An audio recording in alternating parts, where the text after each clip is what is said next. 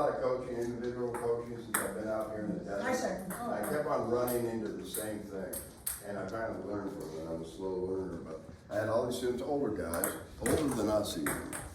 And they said, I'm having a bear of a time reading service spin, which is one of the harder parts of the game. Even at the top level, you see them blowing a lot of serves because it's very difficult to read. And what these guys said, well, just you have great serves, give me your serves, and then I'll know how to return serves. And I did that for about 3 or 4 months. And I started to realize that unless you know how to create spin, so this guy got really good at returning my serves, nobody else's, mine. And he couldn't stay with me anyway. So I learned through trial and error to actually learn how to read spin, which is a very important skill in this game. If you can't read spin, you basically can't play. You have to learn how to create spin. So when you learn, say, the chop serve is usually the first spin I teach, just because it'll keep people from attacking the underspin, will force the ball down.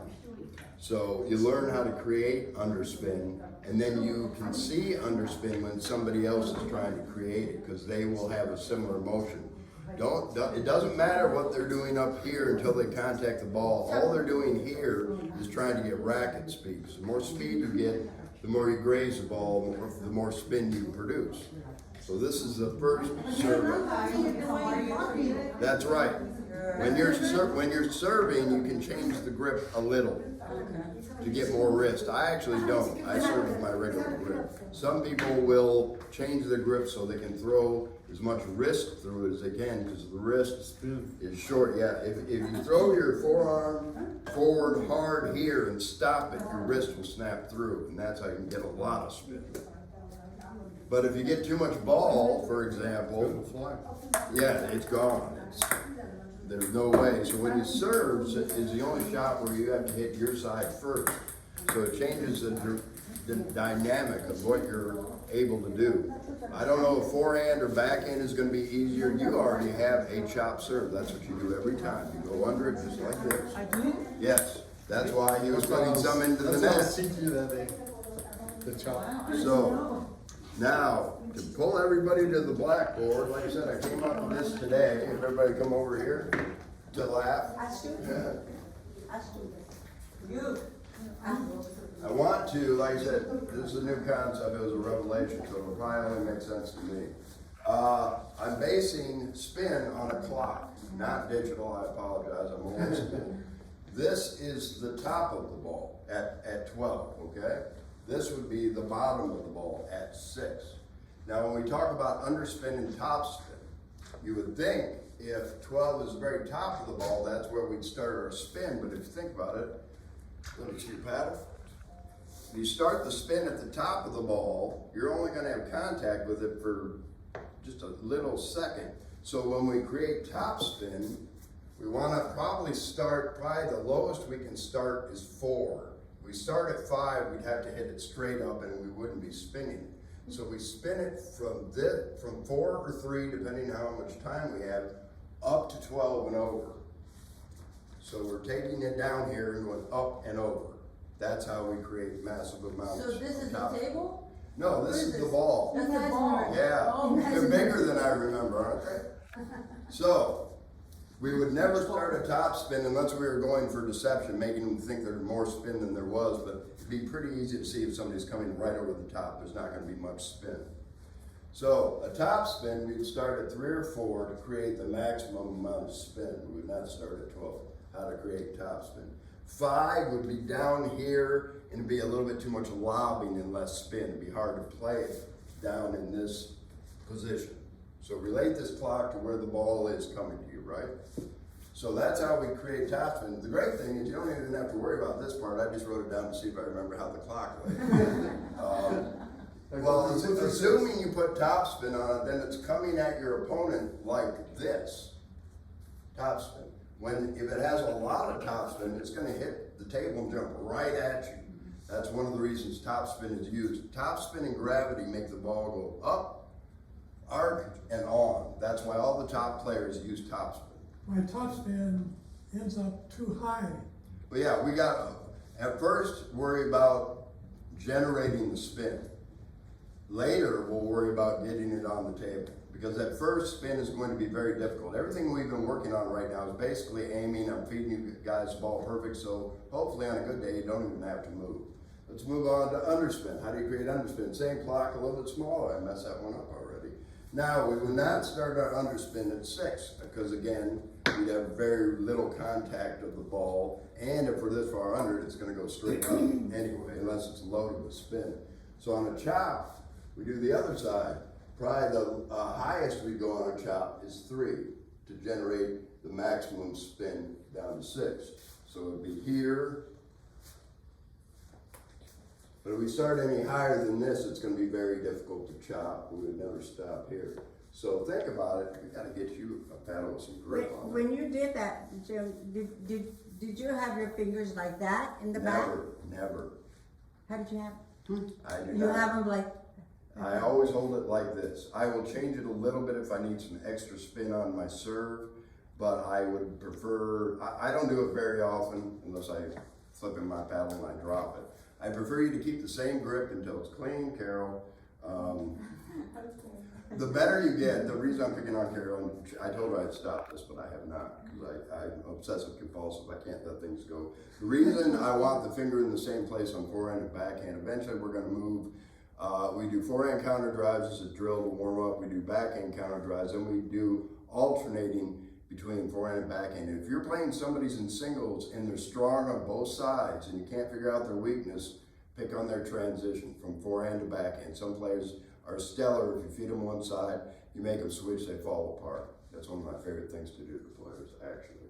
So when we're creating spin, I want you to think like this. Does this make sense to anybody but me? Yeah. There's a no, there's a yes, I win. Yeah, let's do a little bit of 1, 2, 3, 4. No, I want you to show me exactly what you said. Okay, On both. imagine this is the ball. Yeah. So, to spin it, I would, well, can everybody see? So this is 12, this is 1, this is 2, this Yeah, is at the 3. bottom, 6. So 6, we never do anything from 6 or 12 Okay. because we don't have That's the enough side, okay. opportunity. So what we're doing is we're taking that 3, depending on the spin we're facing, let's say it's a dead ball, no spin, we're taking it at 3 and we're lifting it and spinning it over. We're just barely grazing it, because if you get wood, it's gone. And you're talking about the serve. No, I'm talking about playing a shot. Okay. Serve is where it's going to be trial and error, what'll work, what won't. Underspin will work if you guys can't push the ball consistently, underspin will work every time. That's what Lenny tends to do to you guys when he needs a point. He serves a heavy chop serve, nobody can get it back. Now, all you have to do against that is to return a heavy chop serve.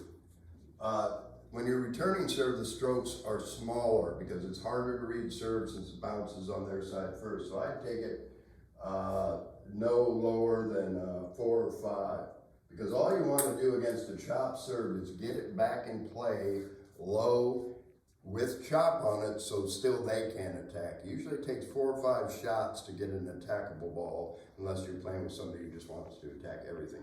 So if somebody's serving me chop, I'm going to take it at 4, slide under to 6. But 6 is where I am. 6.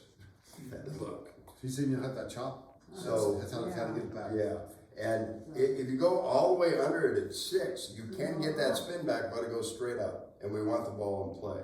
So we find a place, and what's really difficult about this game is spin isn't just 1 degree. It's not just always heavy or always light or always medium. It depends on how much spin he puts on it. So it can be dead, no spin. It looks like spin, there's no spin. Light spin, you don't have to lift as much. Medium spin, you have to lift a little bit more. Heavy underspin, it seems like you need a shovel to lift it over the net. And nobody's gonna tell you, hey, I'm gonna serve you a heavy one now. You're gonna have to read. Are they shifting their weight through their serve? Are they really flicking their wrist through their serve? And one book I want to recommend, I read both. The Book of the 5 Rings by a samurai is probably the best strategy book I've ever read for table tennis. The Art of War is good too. I have an autographed copy now, really. This guy is like 600 years old or something. But, and one thing I want to stress about this game too, if this game was really super easy, a lot more people would be playing. As soon as people face spin, they get frustrated and quit. Ping pong's a little bit different. It's pity pat, get it back as long as you can. And there's nothing wrong with that for consistency's sake. I'm teaching something else. I want you to be very tenacious about learning this. It's going to take a while. That's why I want you to do shadow practice at home. I play like 5 days a week. I don't get near enough time on the table to be competent. If I'm returning Chop serve. a chop serve, Yes. should I strictly play it defensively? At first, what I try to teach in this class in my general coaching is do the most consistent, easiest shot you can.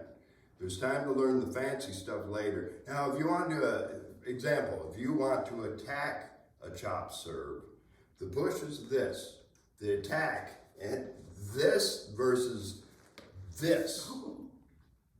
Do you see how this is easier? Yeah.